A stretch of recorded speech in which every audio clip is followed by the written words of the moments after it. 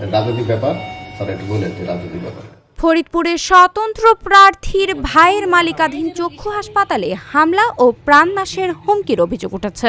শনিবার বিকেলে শহরের পশ্চিম খাবাসপুর এলাকায় আনোয়ারা হামিদা চক্ষু হাসপাতালে এ ঘটনা ঘটে। প্রত্যক্ষদর্শীরা জানান ৩০ থেকে ৩৫ জনের একটি দল হাসপাতালে ঢুকে ভাঙচুর ও গালিগালাজ করে।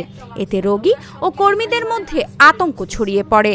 যাওয়ার সময় তারা হাসপাতালের মালিক ডাক্তার মহসিন বেগকে প্রাণনাশের হুমকি দেয়। ডাক্তার মহসিন বেগ দাবি করেন তার ভাই ফরিদপুর ৪ আসনের স্বতন্ত্র প্রার্থী হয় তাকে নির্বাচনী মাঠ থেকে সরাতে এ হামলা চালানো হয়েছে।